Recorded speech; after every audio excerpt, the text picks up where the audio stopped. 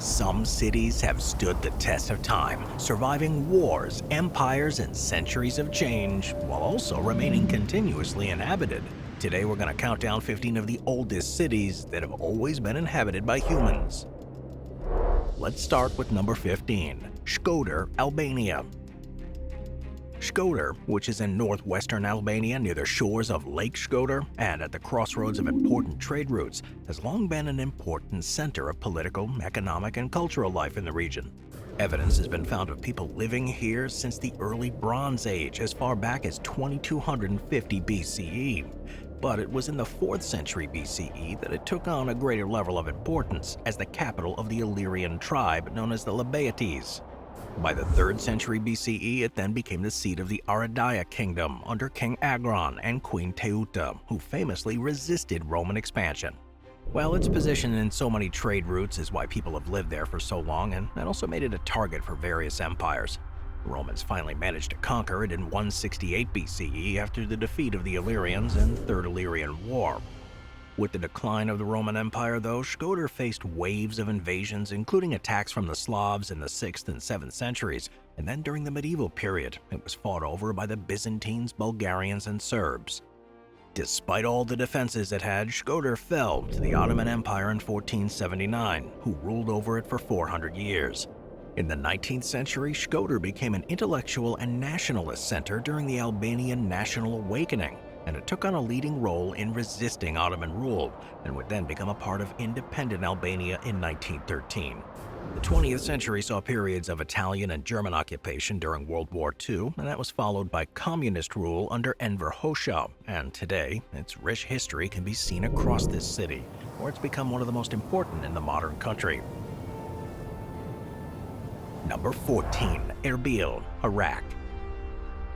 Erbil is a city in northern Iraq, where it's the capital of the Kurdistan region, and it's been a crucial center of trade, politics, and culture since ancient times.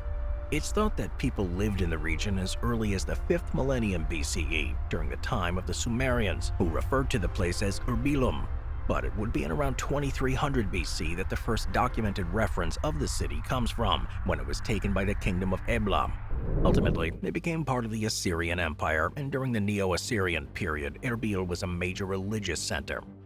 Following the fall of the Assyrian Empire in the 7th century BCE, Erbil changed hands a number of times, and it fell under the control of various powers including Babylonians, Medes, and the Achaemenid Persians. Under Persian rule, it became a key stop along the Royal Road that was a major trade route that connected Susa to Sardis. After Alexander the Great's victory over Darius III at the Battle of Gaugamela in 331 BCE, which was fought near modern-day Erbil, the city became part of the Hellenistic Seleucid Empire and developed with a heavy Greek influence while keeping its Mesopotamian roots. The Ottoman Empire controlled Erbil from the 16th to the early 20th century, after which it became part of modern Iraq. Throughout the 20th and 21st centuries, Erbil has remained hugely important at the center of Kurdish political and cultural identity, and today it is a thriving city, blending ancient heritage with modern developments. Number 13, Hama, Syria. Located on the banks of the Orontes River in western Syria, Hama is one of the oldest cities in the country, and for a long time it's been a crucial center of agriculture and trade. Its most famous landmarks, a series of massive wooden water wheels known as norias, have been used for hundreds of years to irrigate the surrounding farmland and show the city's deep connection to the river and its long links to engineering. The earliest settlement in Hama dates back to the 3rd millennium BCE during the Bronze Age, when it was known as Hamat. It was an important city-state in the region, which held its own against powerful civilizations like the Sumerians, Akkadians, and Hittites. By the 2nd millennium BCE, it had become an important part of the Mitanni kingdom before falling under control of the expanding Hittite Empire in the 14th century BC. During the Hellenistic period following conquests of Alexander the Great in the 4th century BCE, Hama was ruled by the Seleucid Empire and became known as Epiphania. It remained an important regional center under the Roman and Byzantine rule, mainly thanks to its position along trade routes, and during this time Christianity spread to the region, leaving behind religious structures and influences that can still be seen. In the 7th century AD, the city was conquered once more by Arab Muslim forces and became part of the early Islamic caliphates. It thrived during the Abbasid and Ayyubid periods, and it became an important base for governing the surrounding area. It was then later ruled by the Mamluks and Ottomans, during which time it kept being a hugely important place for trade.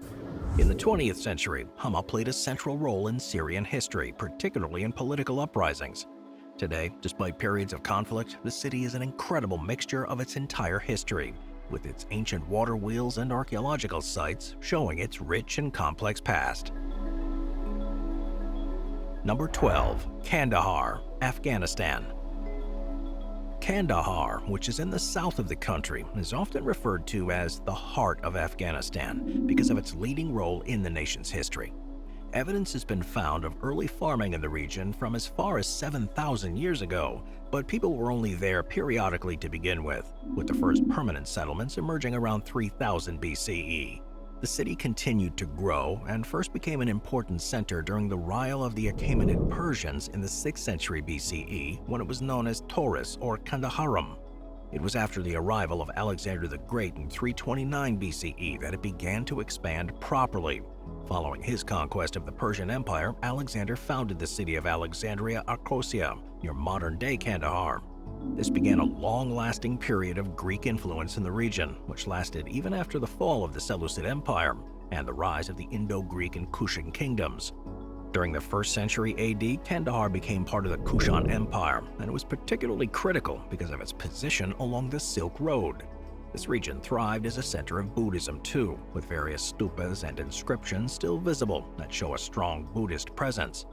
With the arrival of Islam in the 7th century AD, Kandahar gradually became an Islamic city, though various different powers continued to grapple for control. But it was during the 18th century that Kandahar would become the birthplace of Afghanistan. In 1709, Merawi's Hotak led a successful rebellion against the Persian Safavids and established the independent Hotak dynasty, making Kandahar the capital of his new Afghan state.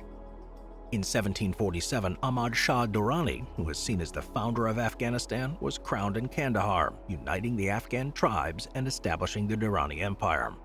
Although Kabul later became the capital, Kandahar remained a central political and economic hub.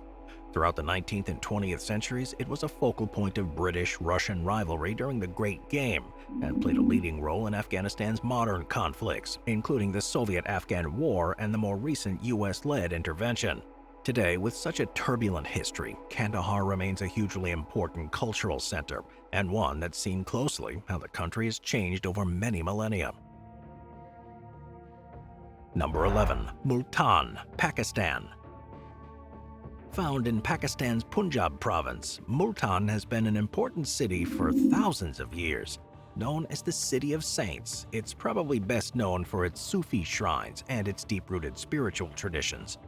The earliest known mention of Multan dates back to the ancient Indus Valley civilization around 3000 BCE, and according to Hindu texts, it was founded by the sage Kashyapa and was the capital of the Trigarta kingdom. By the early Vedic period, the city was part of various early Indian kingdoms, and it came under control of the Achaemenid Persian Empire in the 6th century BCE, but it was around this time that the Greeks began to take notice of it. As with many cities in the region at the time, Multan became a part of Alexander the Great's empire in 326 BCE as part of the Malian campaign. Known to the Greeks as Maloi, it was the capital of the Malian people at the time and is said to have put up the greatest resistance to the Greeks in the entire subcontinent.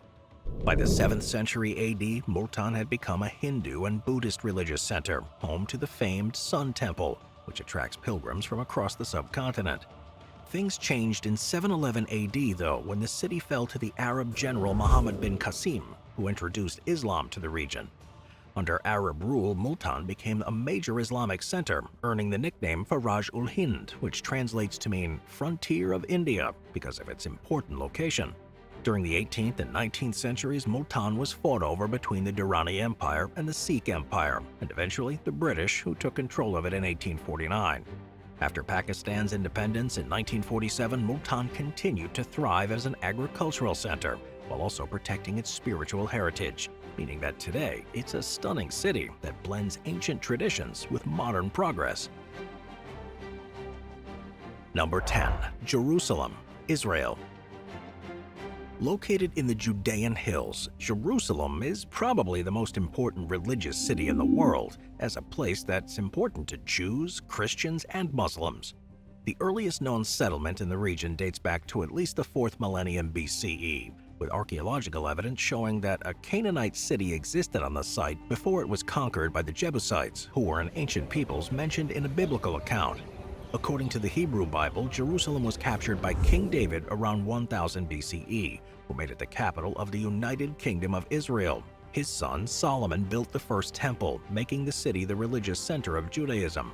Built in 586 BCE, the Babylonians under King Nebuchadnezzar II destroyed the temple and took the city. After the fall of Babylon, the Persian king Cyrus the Great said that the Jewish people could return and rebuild the temple, which began the Second Temple period.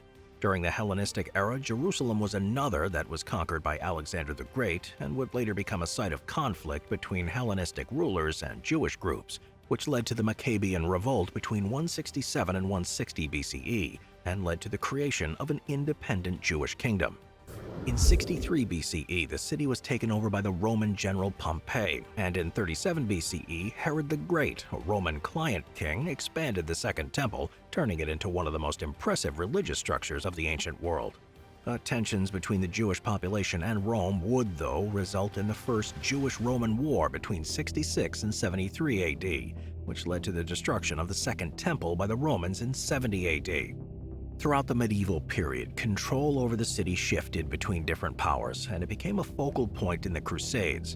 In 1099, Crusaders captured it and formed the Kingdom of Jerusalem. But in 1187, the Muslim general Saladin retook the city, allowing religious coexistence under Islamic rule. During the Ottoman period, Jerusalem took on a role as a religious center for Jews, Christians, and Muslims. But then the decline of the Ottoman Empire and the rise of European interests in the Middle East led to increased tensions. Following World War I, the British took control of Palestine, and then the establishment of the State of Israel in 1948 led to the First Arab-Israeli War, at which point Jordan took control of East Jerusalem, while Israel held the western part of the city. In 1967, during the Six-Day War, Israel captured East Jerusalem and later declared the entire city as its capital, which is how it remains to this day. Number 9. Damascus, Syria. The earliest settlements in Damascus date back to at least 3000 BCE during the time of the Amorites. By the 2nd millennium BCE, the city had become an important center under the Aramaeans, who formed the kingdom of Aram-Damascus. The Aramaeans developed a vast irrigation system that transformed the area into an oasis. The city is mentioned in ancient Egyptian records, too, as an important trade hub, and it's mentioned in biblical texts as a vital center of regional power. In the 8th century BCE, the city was captured by the expanding Neo-Assyrian Empire, which was the start of a series of conquests by various empires. After the fall of the Assyrians, it passed through the hands of the Babylonians, the Persians, and eventually the Greeks after the conquests of Alexander the Great in the 4th century BCE. Under Hellenistic rule, particularly under the Seleucid Empire, Damascus thrived as a place of Greek culture and commerce. By the 1st century BCE, Damascus was incorporated into the Roman Empire and it became a city in the province of Syria. The Romans improved this city's infrastructure, building roads, aqueducts, and grand temples. And during the early Christian era, Damascus took on religious significance, as according to the New Testament, it was on the road to Damascus that Saul experienced his conversion to Christianity. Following the fall of the Umayyads in 750 AD, the Abbasids moved the capital to Baghdad, which saw Damascus lower in importance, but it would then become a stronghold during the rule of Salah al-Din against the Crusaders. The Mamluks took control in the 13th century and developed Damascus into a thriving urban center. In 1516, Damascus was conquered by the Ottoman Empire and remained under Ottoman rule for more than 400 years, although with focus on Istanbul and Cairo. It again saw its role reduce, although it remained an important connection between the Mediterranean region with Arabia and Persia. Following World War I and the collapse of the Ottoman Empire, Damascus became the capital of modern Syria under the French Mandate, where it would be a center for resistance against colonial rule to then, in 1946, become the capital city when Syria gained independence. Number 8. Girgah, Egypt. Girga is a lesser-known city in Upper Egypt, but one that's long played an important role in the country's development. Found on the western bank of the Nile in the modern Sohag Governorate, the area around Girga has been lived in since ancient times, with records dating back as early as 3273 BCE. It was closely linked with nearby Abydos, which is one of Egypt's most important sites, and it was the main cult center of Osiris, the god of the afterlife. While Girga itself doesn't have as many ruins as Abydos, it was likely an important settlement or trade hub during Egypt's pharaonic period, as a place to stop and rest while on pilgrimages to more important places. By the Greco-Roman period between 332 BCE and 395 AD, the Romans built roads and infrastructure that linked Girga to many other cities in Upper Egypt. Christianity then spread to the area, and by the 4th century AD, the region had a strong Christian presence, with monasteries and churches being built. With the introduction of Islam in the 7th century AD, Girga, like the rest of Egypt, came under Muslim rule. During the Fatimid and Mamluk periods between 969 and 1517, it became an important administrative center, and it was following then, during the Ottoman period, that the city reached its height as a provincial capital. The Ottomans made Girga the capital of Upper Egypt, and it remained the region's most important city for several centuries. It was an important commercial hub, though, and today, while it no longer has a political significance that it once did, it's an extremely interesting place to visit, full of historical mosques and churches, and it's somewhere that you can see the changing face of Egypt's past in a living city, as opposed to the historically abandoned sites that are normally focused on in the country. Moving on to number 7, Athens, Greece. Athens, which is the capital city of Greece, is a place where people have lived for at least 9,000 years, but where a permanent community was first established around 4000 BCE.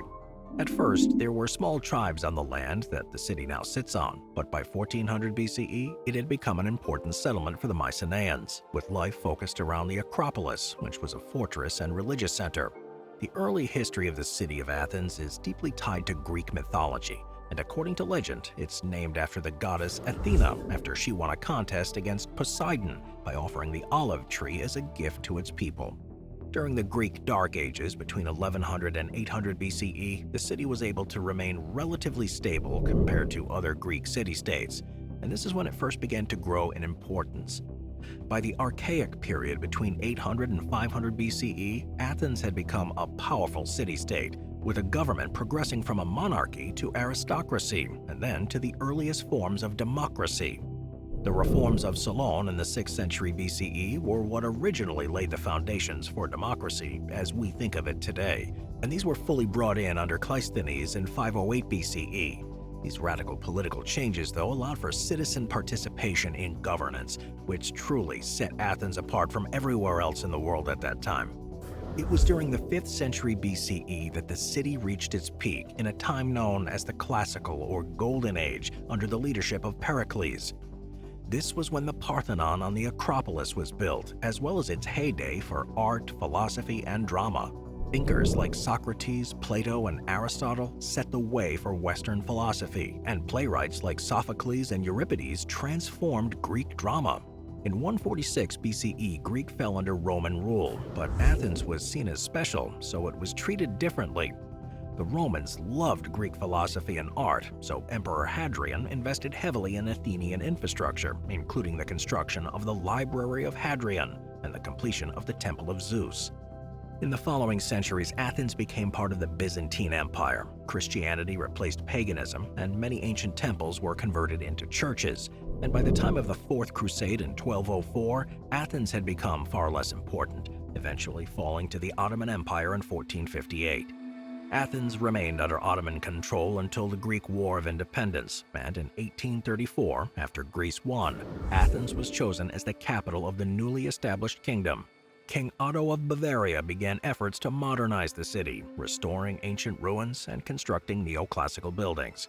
And throughout the 20th century, the city grew quickly, especially after the population exchange between Greece and Turkey in 1923 to become the vibrant European capital that it is today.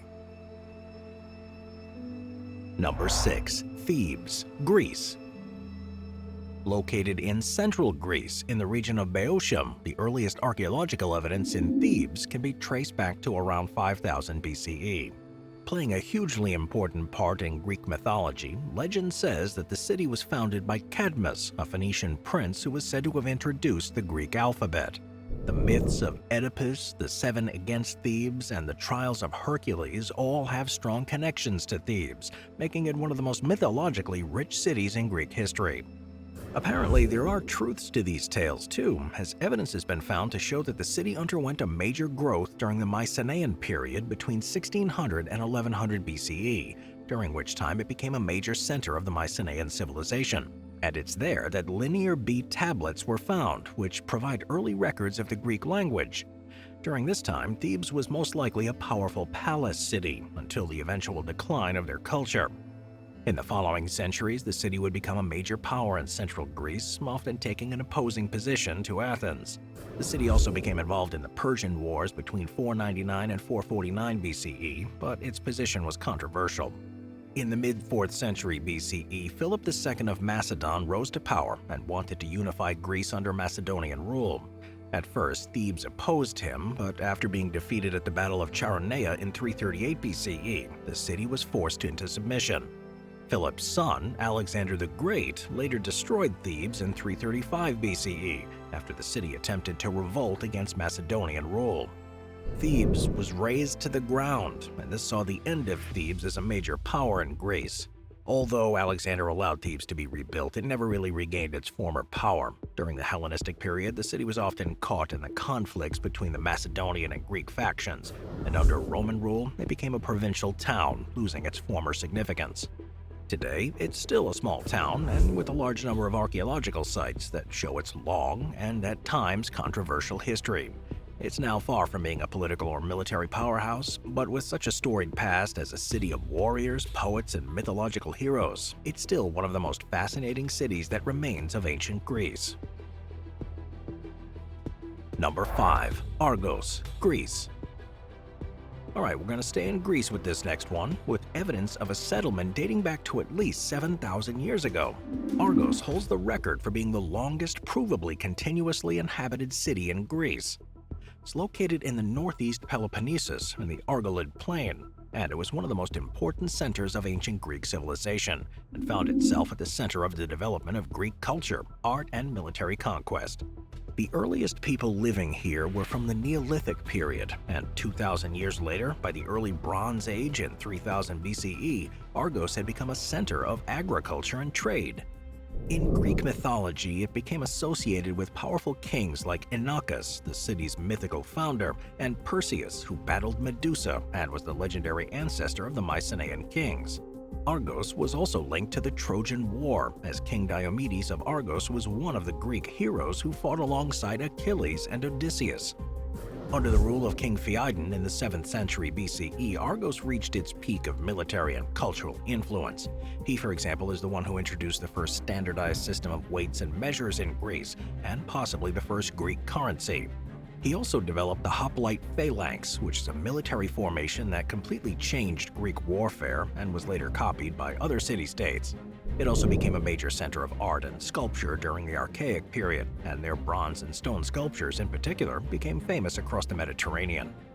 During the Byzantine period, Argos became a provincial town within the Eastern Roman Empire, and as Christianity spread throughout the region, many ancient temples were converted into churches. The city suffered from invasions by Slavic tribes in the early Middle Ages but remained inhabited, and would later fall under the control of the Venetians and then the Ottoman Empire in the 15th century. Under Ottoman rule, Argos went through periods of decline and occasional uprisings, and after Greece gained independence and became part of the modern Greek state, it's now a small but historically important city with incredible ancient ruins that can still be visited. Number 4. Byblos, Lebanon. Byblos, which you may also know as Jabil, is on the Mediterranean coast of modern-day Lebanon, and is a place that played a leading role in the development of trade, writing, and early civilizations. The region was first settled during the Neolithic period around 5000 BCE, with archaeological excavations showing that the early inhabitants built simple homes and relied on fishing, agriculture, and trade. During the Bronze Age, Byblos became one of the leading cities of the Phoenician civilization, and it was renowned for its shipbuilding industry.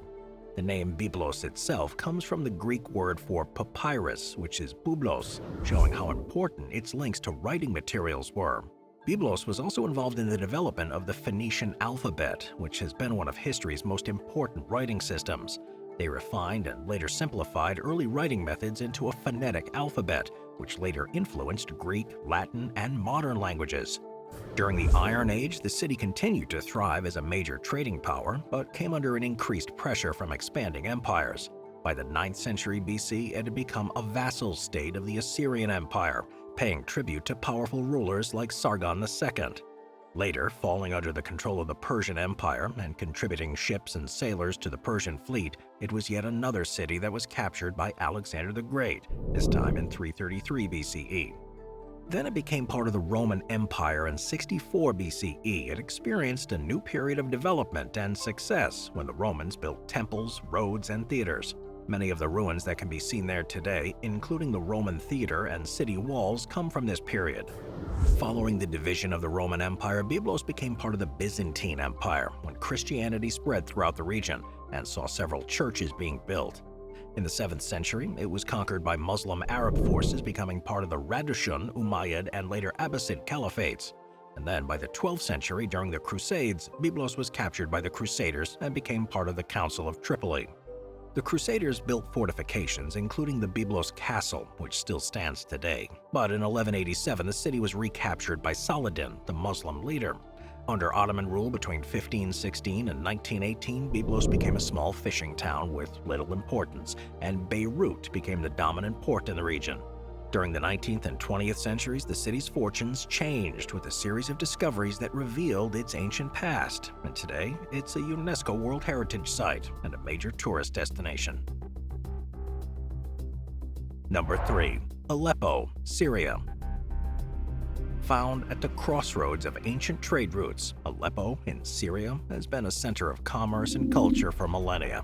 Remains of communities from as far back as 5000 BCE have been found here, and archaeological evidence shows that it was already becoming an important city as early as the 3rd millennium BCE.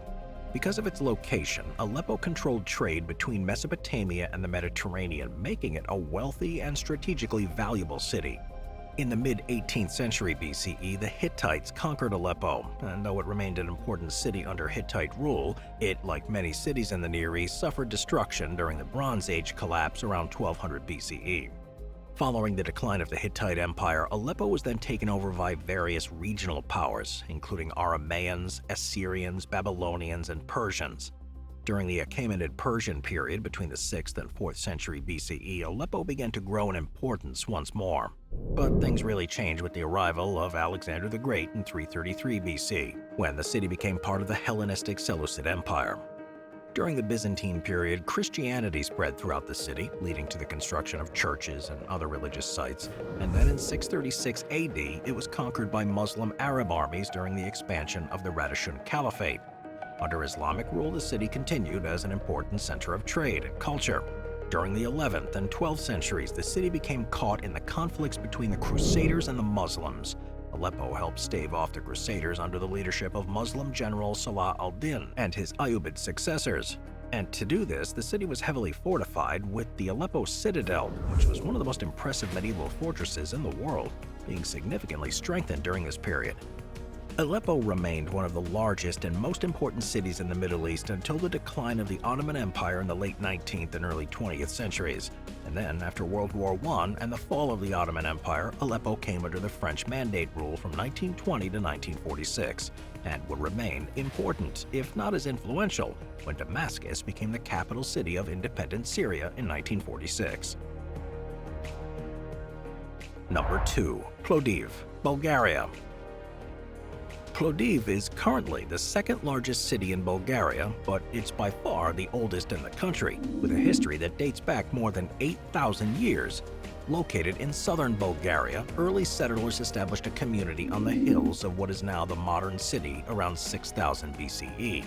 Archaeological findings here reveal that the region was continuously inhabited through the Bronze Age and Iron Age. It gradually developed into an important center for the Thracians, who were an ancient Indo-European people who controlled most of the Balkans. During the Thracian period between 2000 BCE and 400 BCE, Plovdiv was known as Eumolpius, possibly named after Eumolpus, a legendary Thracian king. In the 4th century BCE, Plovdiv came under the control of the expanding Macedonian Empire under Philip II, the father of Alexander the Great. He conquered the city around 342 BCE and renamed it Philippopolis, which was the beginning of the Hellenistic dominance in the region.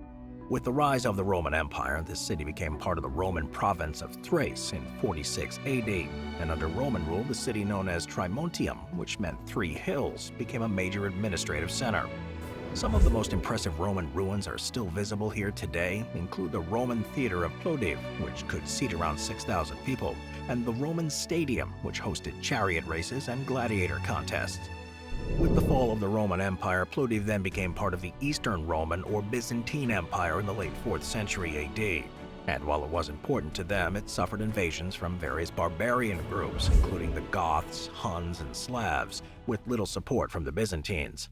During the Second Bulgarian Empire from the year 1185, Plovdiv continued to grow, but because of its ideal location, it was frequently attacked and changed hands between the Bulgarians and the Byzantines.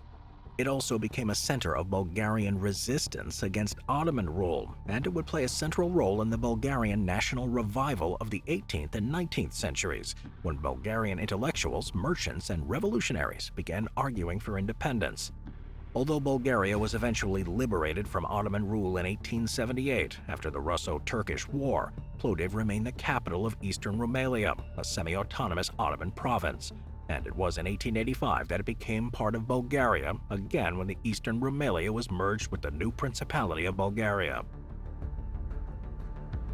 Number 1. Stolac, Bosnia and Herzegovina. Holding the record for being the longest continuously inhabited city in the world by quite some margin is Stolac in Bosnia and Herzegovina.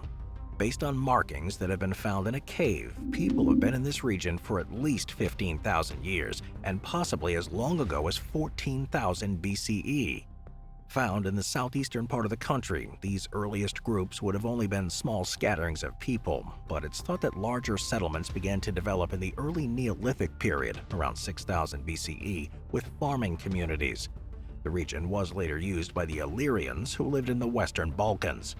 One of the most important Illyrian settlements near Stolac was Daorsan, the capital of the Daorsi tribe. It's located a few miles from modern-day Stolac. Daorsan was an important fortress city built between the 4th and 3rd centuries BCE. It was heavily influenced by Greek culture, and it served as a trade center. In the 1st century BCE, the Romans conquered the Balkans, making the region part of the province of Dalmatia. This led to increased trade and urban development because the Romans built roads, bridges, and settlements, but unfortunately saw the removal of most sites of importance that had been built earlier. In 1456, the Ottoman Empire conquered the Kingdom of Bosnia, bringing significant changes to Stolac. Under Ottoman rule, the town became an important administrative center, and the Ottomans introduced Islamic architecture, new infrastructure, and a different cultural landscape. One of the most impressive landmarks from this period is the Süleyman Pasha Mosque, which was built in the early 16th century. The town also saw the construction of Ottoman houses and water mills, many of which still stand today. After the Congress of Berlin in 1878, Bosnia and Herzegovina came under Austro-Hungarian administration, which was a new beginning of a new era for Stolac. The Austro-Hungarians modernized infrastructure, including new roads, railways, and public institutions, with Western European influences blending Ottoman and local traditions. After World War I, Bosnia and Herzegovina became part of the Kingdom of Serbs, Croats, and Slovenes, which later became the Kingdom of Yugoslavia, and Stolac remained a quiet town. Following the Second World War, Stolac became part of socialist Yugoslavia, and following its breakup, the ancient city is now part of Bosnia and Herzegovina. Unfortunately, after a turbulent 20th century, much of the town's history has been lost, but it's still a beautiful place, with some places having now been restored, like a number of mosques and, of course, the Old Town. Click to watch our previous video on 15 amazing future cities currently being built. Thank you to our channel members.